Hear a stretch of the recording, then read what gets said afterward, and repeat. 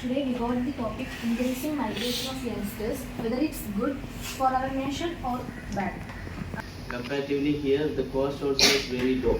For example, take the Central University itself. Here the cost for pursuing an MBA is very low compared to the other abroad countries. So obviously the quality will be little bit different, but the cost incurred is very low comparatively. I think only Kerala is only giving more importance to education, like from 9 a.m. to 4 p.m. like that. But most of the other countries and also other states are focusing on part-time jobs also, because they have to pay. The students have to pay the money for the education, so giving the opportunity to the students to work for their to earn their money. The main reason why youngsters move to other countries is in search of for a good higher education, as well as for a job after the education. So majority finds it easier to find job there and most of them are getting settled there. So it is mainly because the lack of opportunities in our state or our place, so that they are moving to the other countries. The main purpose of their living from here, that is to earn money, not only to study. The main purpose is to earn money to settle their life. They're mainly focusing on money only, part-time jobs. You mentioned about government not providing the jobs to the youth, but it's not like that.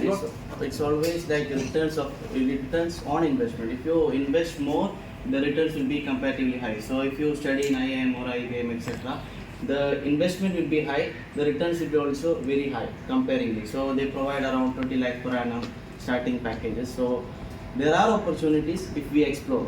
One positive impact is that the youth from our country flee to foreign countries. They gain expertise and experience from in good quality, and they can come back and utilize in our country, which is a kind of good aspect of migration. That happens merely because of the advertisements made by the agencies. Because 4 or 5 years back, going abroad was not a common thing just like now. Because in 2018 or 19, only 4,000 or 5,000 people were going abroad from India per year. So now it's increased about 1 or 2 lakhs per year. So that's mainly because of the social media promotions and other advertisements. It's not entirely true, but majority of them get settled there itself. After education, they try to get a job out there itself and try to get settled there. So coming back to our country is not actually a No, majority of them was settling there before 2 or 3 years, but now it's not happening because almost 50% of people are coming back after their studies. There's no placement or such. There are placements, but they cannot meet the expense. For example, in UK and all, the living expense is very high. For a month, I think across 1 or 2 lakhs are required for their expense. So if they work, they can survive there. So if they doesn't find any job, it will be difficult for the survival, and they are coming back. So many students are coming back after their studies. Our rural areas will remain rural and underdeveloped, and skilled laborers and educated people will be flew out of the country. So it will remain underdeveloped. The developing countries remain underdeveloped, and the developed countries becoming more developed. That is the main drawback. Why they didn't come back to our own country if they develop their skill, they expose their other countries, and they can do the same in our country. Like They are not going for only for the skills and the skills. The only focus for that is money. That's why they are leaving their country. In abroad we got high salary compared to India. In India the salary is maximum up to 20 lakh, but in abroad it over around 1 crore. So the main reason the migration is based upon the salary, and the students got part-time job in the countries like UK. They can go to the school and also get education. At the time, they can also earn money after the class, and they have a great freedom in the Europe country compared to India. In India, our society are limiting us our freedom. In abroad, there is no one to control our freedom. Also, we need to part-time job like that system here. Also, we need to conduct, because otherwise, this will still remain? Yes, there is a system that has come from the Kerala government when I was studying after the 12th. The government stated that students can pursue the graduation. Also, they can do their part-time job near to them. But the policy didn't implement it due to the corona. There are so many policies are planned by the government, but they are not majorly implemented. I also think like whenever we apply right now, we can see a full-time, same course we can see as a full-time and a part-time. So we're not choosing for part-time. That's also because we may not get the enough time, or even if we go for part-time, we won't be able to make that much money we're spending on a course. So this is an opportunity. There is a good opportunity that we can go abroad and get a good education. Like we can earn what we have spent, and we have to come back, and we have to give something that to our country also. But we are not doing that. Once we go there, once we see the lifestyle, once we get the taste of the freedom and everything, we are getting settled there. So that's a drawback. So I think we have to use that opportunity. I'm not saying we should not go there. We should go there. We have to use that opportunity, and we have to be personally develop.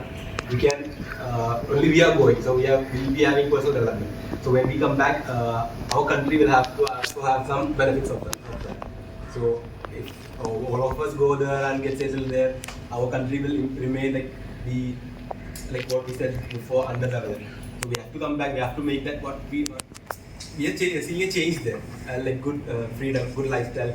If we come back here and we get settled here and we work for our country, I think we can bring those changes in our country. Like we can make that freedom here. We cannot discriminate people. We can see the number of girls or women walking have really increased.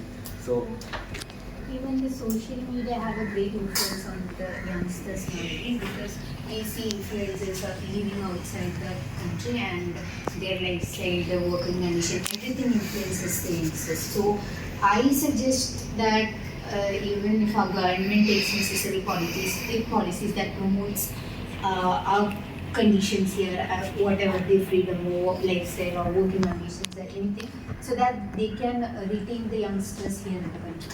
Yeah, I For understand.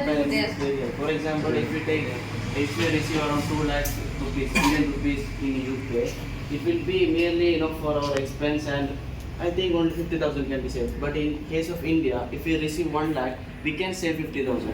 So that's the difference there. Here, the living expense is comparatively very low compared to the other states or other countries.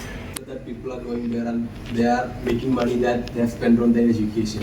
Like even if they take 15 lakhs rupees as a loan and something, they are making that money within 2 years. They are making that money, but here Do you think there is no. if they stay here, they can make that with 15 lakhs of rupees? No, here the expense is very less. So why should they make? For example, if we study here, the fees will around 2 or 3 go lakhs. to IIM and all those places, you'll get really good opportunities. But in order to get that, the fees on IIM is really high. But if we spend that exact amount in some other UK university or something, we can make double the money, like in part-time jobs, or we get a job. IAM provides the same package as what we spend is received. It's a investment. They provide around. Yeah, I agree that, but it's that's a package. We have to complete the course and after the package. But there is an option to work. No, in any European countries doesn't guarantee success or something like that. They doesn't guarantee placement to you. It's based on our I'm not skills. telling about the placement. I'm telling about the part-time jobs that we can do. I mean, here we can get the same package like you said. If I go to IIM, I can get the same package that I can get in UK country. But I'll have to wait until my courses get done and when I get my placement. But if I go to UK, I can do the part-time jobs and make money. And at least 50% of my debt I can repay. So that's a benefit of going abroad. The another impact is our culture.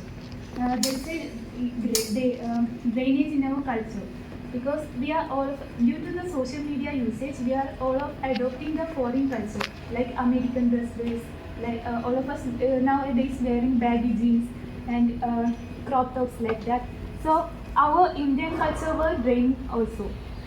This is also the part of the migration. When we people were moving from here to there, they didn't follow our culture. They are adopting the culture from the abroad. think the major impact that we have on our country, like if the migration of youngsters increase, will be one thing will be in short of skilled labor, educated people, brain will happen here. Yes, there's also we have benefits like economic growth will be there. Like if we think about a few years before, the money that flows from Gulf countries to Kerala was really high. That's because a lot of people from. Okay, that's 20 minutes. I wanted to give you 15 minutes.